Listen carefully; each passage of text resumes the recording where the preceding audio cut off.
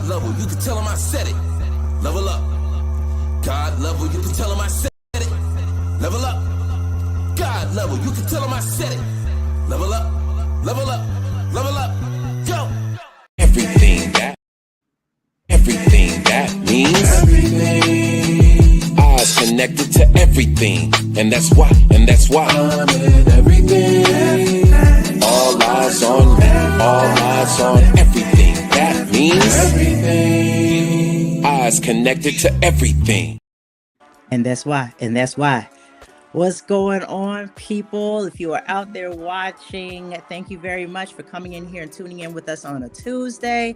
I'm your girl, Inattentive Ivy, and this is Things That People Don't Want to Talk to You. It's brought by God Level, and God Level right now is doing God Level things. So we are here in the community, as we are every Tuesday, talking about things that are in our community, talking about things that people don't want to talk about. And I know there's a couple of people who don't want to talk about this. Y'all got to excuse me, like I said once again.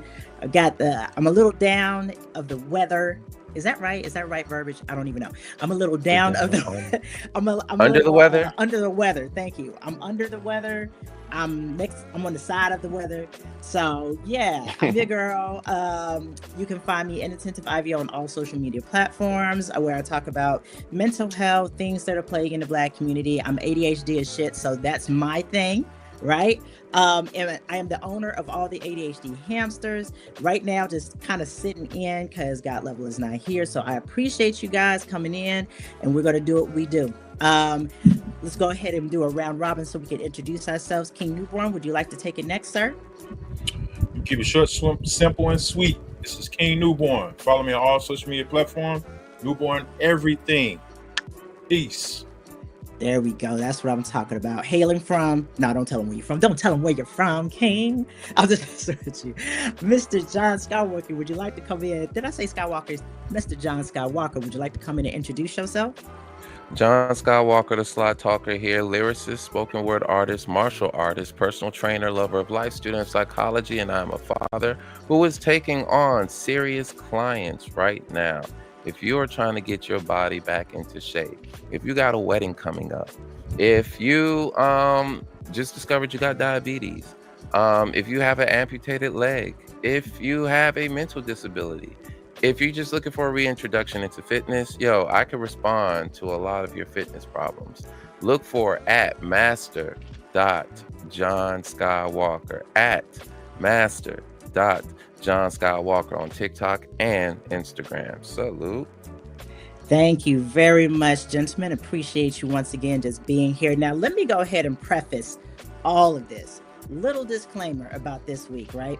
So we're only going to do like a short bit of this podcast tonight because we want to make sure that the rest of our singles are in the building. And we're talking about singleness, singlehood. If you really start thinking about the idea of people being single in the community, in America, in the world, got to ask ourselves, what's really in the way of finding love? What is really standing in the way of finding love? I am a singer, right? So I am one of these peoples, and I had to ask myself this same question, but we got to make sure that we have the rest of them here too. So we're just going to peruse, talk about it a little bit, shimmy a little something into it, hopefully get some feedback from you guys. Give them a snack. It's gonna be a snack. Yeah, so I'm gonna ask the question that John brought up here. What does the word single feel like for you right now? Is it a space of freedom, a waiting room, or something else entirely? Oh, that's a big question, John. Yeah, just to give it, give it a feeling, just to, help you evaluate it. Oh my, that's a big question, man. I'm like, we swinging, you know what I'm saying? Like, coming right out. You want to go first, King? Like just really, just typical week, right? Just look at your typical week. I know that's kind of hard in these times to say, but look at your week, last week, the week before, right? Aside from the personal things related to family, right? Just look around and just ask yourself, okay, I move how I move. I eat whatever I want to eat. How do I feel about all of that? Um. Okay, so I don't know if I'm probably. I might be like I'm just going to speak from my own personal. Yeah. The word single for me feels right now as in I am in a budding relationship with myself. Like Okay. literally with myself. Like when I'm talking about I'm in a relationship with myself, like I sit next to me in the car when I'm going to X, Y, and Z. I'm like, hey girl, what we doing? What we doing? You know what I'm saying? Like what you got on the agenda? What you thinking? What we like what's the next, you know what I'm saying? Like what's the next goal? What's this? You know, like for me, I don't know if it is a space of freedom. um I don't know if it necessarily feels like a waiting room, but I'm just like, for me, I know the singleness comes with getting to know myself a lot, like exactly what that looks like. Because I'm gonna be honest, there has not been, I mean, I'm 40 something years old, you know what I'm saying? There hasn't been much space where I've been single in my adult life. So this singleness is, hey, the person who you really didn't pay attention to, Mm, ta-da! Ta ta mm. ta ta ta. Like we chilling out, we hanging out. King, what you got?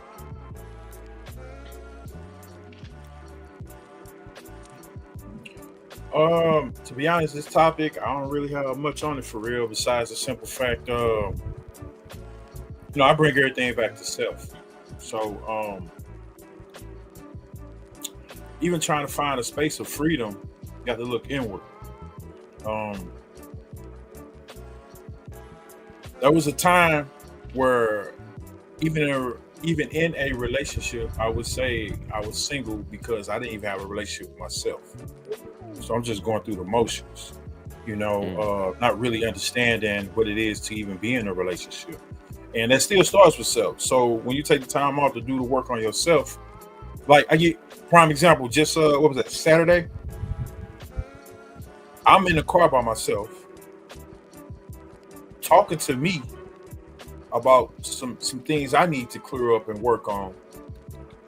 Then I noticed I had another opinion to add to the talk, but then I find myself questioning the opinion about the talk. So I mean that was like it was a conversation, but it was three different thought processes going on at the same time, and I'm still driving. So to manage that conversation within my head, and what's crazy is it reminds you of having like the devil on one side and Hmm. the God on the other side, but then you're stuck in the middle trying to decipher which of the two will be the better, what I'm saying, of the lesser two evils. So for me it's like shit, sir, wait, don't forget to make that left. Yeah, I don't know. I just take everything back to working on self. Yeah. Lock into you, have a relationship with yourself, build on that before you call yourself trying to attach to somebody that ain't even yours for the rest of your life. Ooh. Given moment, they could decide to say, I'm gone, you know? So you don't really, I don't know, I ain't gonna go too deep on that, but if it's any relationship to really have is one with yourself, so Hmm. create freedom within you in order for you to see it on the outside, but it starts with self. So that's my quick little take on that question that was just up. So I'm just curious, right? Just to, you know, before we get into the next question, is it is it safe to say that we should kind of, just like as people, we should look at relationships like not as in a be all end all, but like this is a period of time. Some people are like, I know a lot of people are like, oh my God, I'm gonna marry him, or I'm gonna marry her, and it's gonna be forever. It's gonna be great. But is that the setup? Like is that the setup in relationships, or is that like? Do you understand what I'm saying? Like, do we Well, like? okay, so you're questioning what's the purpose, right? What's the function? What's the purpose? And it's creative. It's creative. You can Mhm. have a relationship with anything. From a spiritual level, we're just talking about a relationship with God. This is all God, all right? So, Okay. which part of God are you relating to? Okay, so you're Mm. in a relationship with this person, but you're not relating to all of them yet. It's a process, right? It's an unfolding. Hopefully, it's an unfolding. But the bigger question is, who are you in this relationship? It's a vehicle for self-expression. It is a vehicle for self-expression. How do you know who you are except in the presence of another? Mm. Oof. Who are you in the absence of another? That's the first one. Who are you in the absence of another? And then who are you when you are with someone? And so here it is, this partnership. And you're making a devotion because you're saying, okay, I see myself in you, you see yourself in me, so we're just going to develop, and we're using this vehicle to express ourselves and be as we want to be, right? That is the creative aspect of relationships. But everybody doesn't know that. Everybody doesn't see it that way. Some people see relationships as a means, right? To just filter out resources. Hey, I'm here to be in this relationship to get these resources. So you objectify people. You know, all that comes into play. So you're asking the question of, you know, purpose, function. How do people see relationships? It's, you know, it's going to vary. I think that's an important question too. How do people see relationships? I need to write that down. What is the function? What is the function of it? I'm just taking notes, you know. Yeah. Even when it comes to, you know, the traditional concept of marriage. You know, I mean, you're not sat down in a classroom and taught what marriage is about. That's not what we're doing. We're kind of teasing. Hey, look, you want this? It's almost like marriage is more so sold, right? It's more sold. It's manufactured. And so you have these ideas about marriage, and you're treating it like it's a thing. And you don't have real ownership over it because of your conditioning. You don't have real ownership over your relationship. You know, it's just, you're not even really you know, so perception matters. And so what if, you know, a cultural paradigm shift were to occur where we train ourselves and educate ourselves and prepare ourselves and inform ourselves what the true nature of relationships is about. So things like singleness can be more so viewed as, okay, there's a vehicle for singleness, and I need to be in this vehicle for a while, but then I need to also be in this vehicle too. And I need to know how to drive a bus sometimes, where I can be in a community, or I can be in a tribe. Who am I when I'm in a tribe? Because I'm not the same person I am when I'm with my spouse. I express myself differently when I'm with my tribe. There's things that I share with my tribe that I don't share with my wife, but there's things that, you know, who are you? That's the most important thing. It's not about the other person. It's not about how they're treating you. It's who are you? And so when it comes to being single, right? In that, understanding that purpose in terms of relationships being the vehicle for self-expression, do you genuinely believe a great compatible partner for you exists?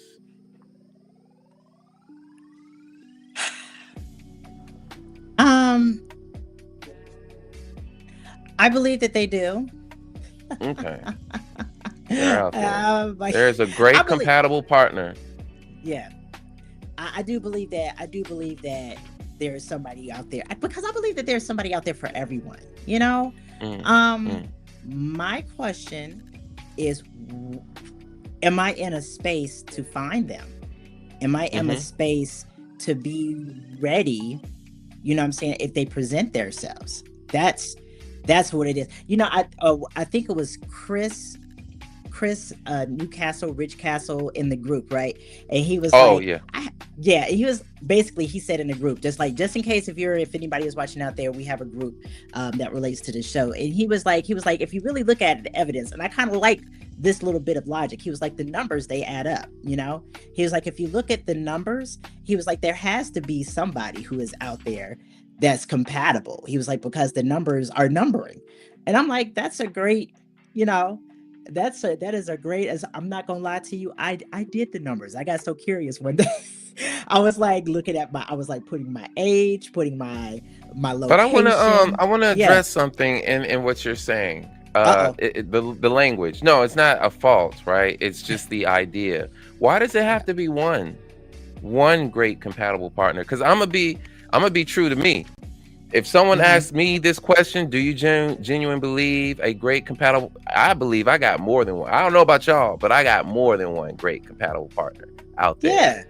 Yeah. You know, because here's what I'm conveying here is I cast a wide enough net to have just a certain kind of relationship, like just a basic relationship. If you can move with the basics, you got a strong foundation. You could okay, the rest of it's preference. But you got the basics, right? So that comes from also a sense of simplicity. So this isn't arrogance. This is me saying, okay, yeah, statistically speaking, if I have these attributes, this makes me a good candidate for a healthy monogamous relationship. So it's not just one, right? And then also, you don't want it to, like, I don't want it to be to where my wife is only compatible with just me. Just me? Like, yo, what if there was different variations of me out there? Wouldn't you want to sample some of that? Like, dang, okay, what if John was like this? And just, and, you know, in an alternate reality. So that's what I'm saying. I think it really comes down to your core beliefs about relationships. Do you believe, right? Do you genuinely believe there's a great compatible partner? You could have been like, yeah, they're out there. Yeah. Like, just think about, like, what are you really asking for, right? What are you really asking for? So, okay. I'm sorry. King, would you like to, are you digging in or is, no, okay. All right. Cause y'all know I talk a lot. I try to like call myself that. I'm gonna speak from a very, very vulnerable space. I believe at this, I'm about to be 50, you know? I mean, and no, my life is not over, right? But like, if I'm looking statistically, a woman at 50, you know what I'm saying? It's like, what are the odds? And the odds are not necessarily just me, because I think I'm a great catch. I think that I have certain qualities, right? And there's got to be another person out there that's got some of the same similar great qualities, right? But when, I don't know, when you hit that point where I'm hitting that point where I'm like, is there a wide berth is there a wide sampling out there, you know? And maybe I need to expand my mind a little bit. Maybe I need to expand my mind a little bit and just think a little bit farther. But I'm just like, at this point, I'm sort of just like, I don't know. And I understand too, I'm gonna be completely and totally honest. Completely honest. The idea of a great compatible partner could exist, but because of the fact that I'm in this stage where I'm getting to know me, I ain't ready. I'm not ready. And I'm afraid there's a point in me where I'm like, if I am ready, am I really going to be ready? You know what I'm saying? Like, does that make any sense? That's the responsible thing. Yeah. I mean, because it's like, my father got remarried at like 57, 58 years old. So I know it happens. But I'm just sort of like, would I really be ready to, you know, after being single for so long? Just my own little 2 cents. You know, am I ready? Do I really wanna? There's a part of me that's like, yeah, and there's a part of me that's like, I don't know. I'm a runner, I'm a track star, at least right now. At least right now, I know. I just know I am. So, just putting my vulnerability out there. Talking a lot about myself. Does our pursuit of happiness make us quicker to abandon a relationship at the first sign of difficulty, since being contentedly single is now a valid and acceptable option? Yes. And I'm gonna let King take this one because he got this smile on his face. I'm gonna let King take this one. I'm gonna go on mute. Go ahead, brother. I mean, you see that all day, every day. Pursuit of happiness.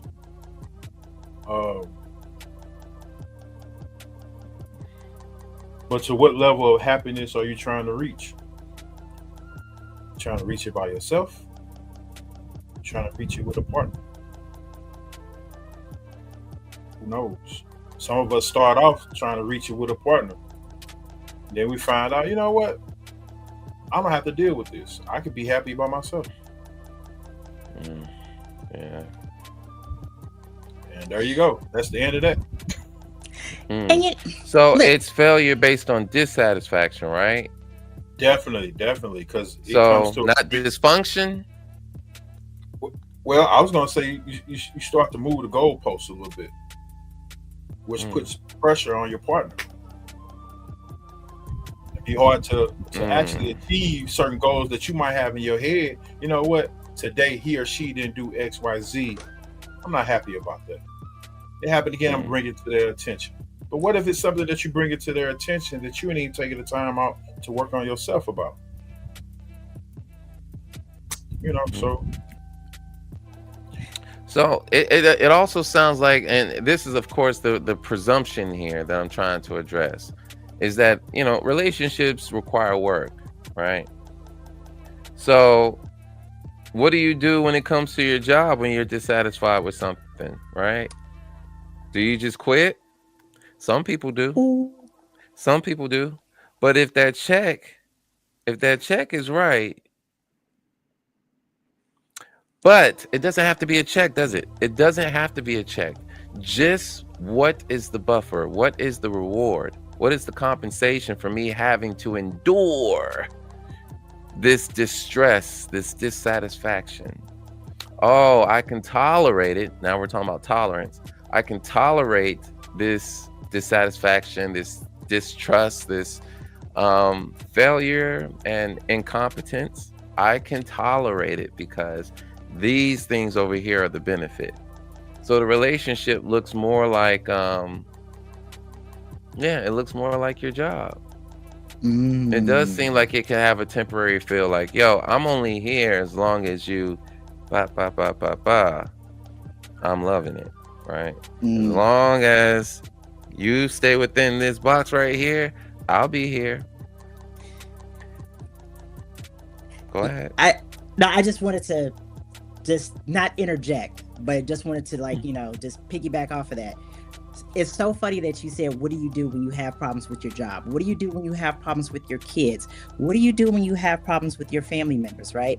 Because relationships, I understand that relationships are like that. And one quote that I have, since I was in recovery, since I have just been doing my own personal work, from Eckhart Tolle, he says that relationships are not here to make us happy, right? Because we as a human being, we should be happy unto ourselves. Relationships are here to shape us into the people that we're supposed to be. But you have to be in relationships in order to kind of get to that person that you're supposed to be, right? And that's another reason why sometimes I sort of just like, I sit in that space like, am I ready to be shaped yet? You know what I'm saying? Like, am I ready to be shaped? Because you have to learn grace. You have to learn compromise. You have to learn getting out of your ego. You have to learn how to collaborate. You have to learn a lot of things. And like you said, towards the beginning, John, nobody sits you down when you're young and teaches you or tells you this is how you sustain a relationship, right? At least it didn't happen for me. Let me speak for myself. It didn't happen for me. So I normally look at it like, am I ready to be shaped? Am I willing to go through that? Because it is a process. It could add to your life, but it's at some points in times it's going to be an upheaval, but it's almost like anything that's in your life that's worth anything. Yeah. So I just wanted to piggyback that over top of what you were saying. Yeah.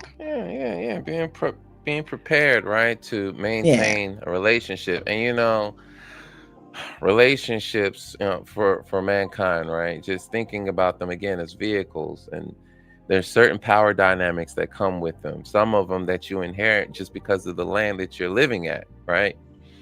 And you think about where we are now when it comes to monogamy and relationships, right, where it's like, okay, we've developed into these semi-serious vehicles where it's like you kind of care, you half-ass it, and it's okay.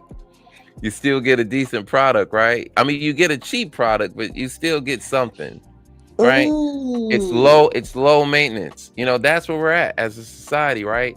And so you do that, but also it kind of correlates with the poverty of life, right? Because think about it. In poverty, everything is cheap, everything is quick, and it has to be survival level, right? So you need something now today. I need something now today. I need something for the moment, right? All that correlates. So here it is, singleness epidemic. And, we have even talked about the finances that really contribute to this, because, the experiences financially, economically tend to be, it's a pretty large gap between a married couple and a single person. You think about the problems that we all have just as singles, but you got that extra person right there to kind of help you or assist you with, it's a partnership. So that's why I was saying backstage, what if the solution is, okay, to still fulfill our needs, our human needs? Why not just have this communal, tribal type of concept where it's just, it's not sexual, right? It's non-sexual, but you're still getting your other needs met. You're saying and on the side of burden, singleness. right? Because you got to think about it. Also, being single, you understand the labor it requires just to maintain yourself. Being single, you understand that.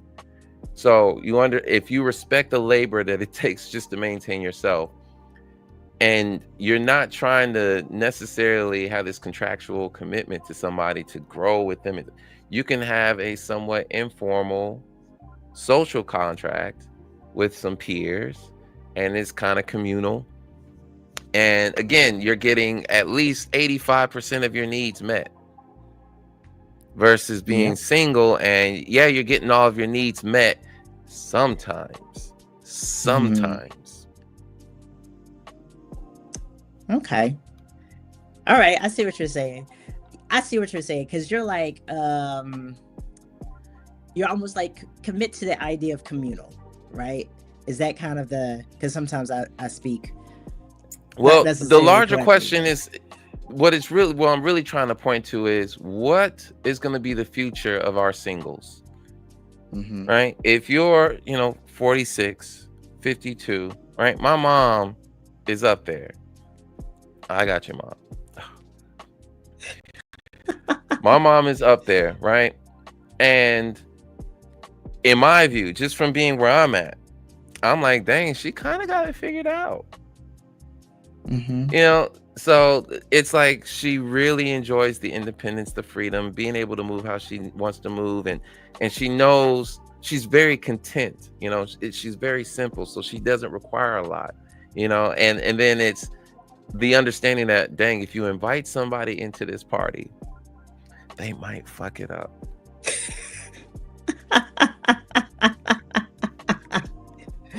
That's real. So when you're single and you think about how hard you work to create that peace, do I really want to? And there's the next question, right? So if I'm not going to do it on a strictly commitment level, I still have needs. Especially social needs, especially.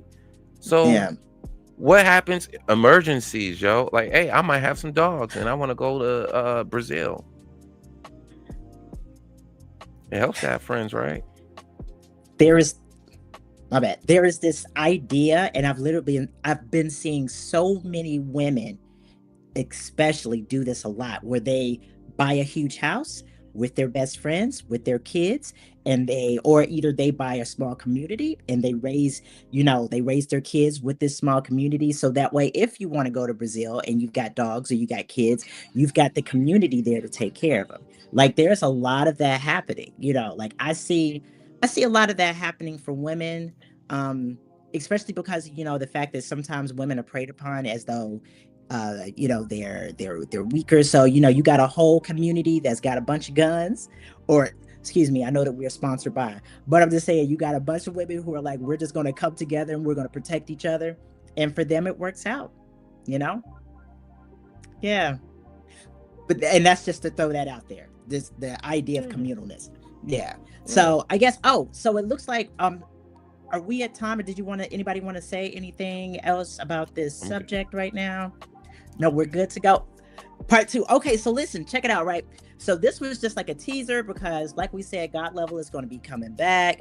And we will continue this. We're going to have part 2 of what's really getting in the way of our singles finding love. You know, there's a bunch of questions that we kind of alluded to. Do we even know what a relationship is? Do we know how to be in relationships? What is our idea of love? What is it that we're looking to get from it?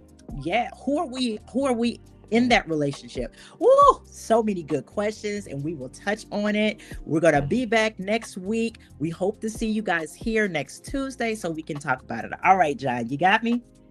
Yes. Later.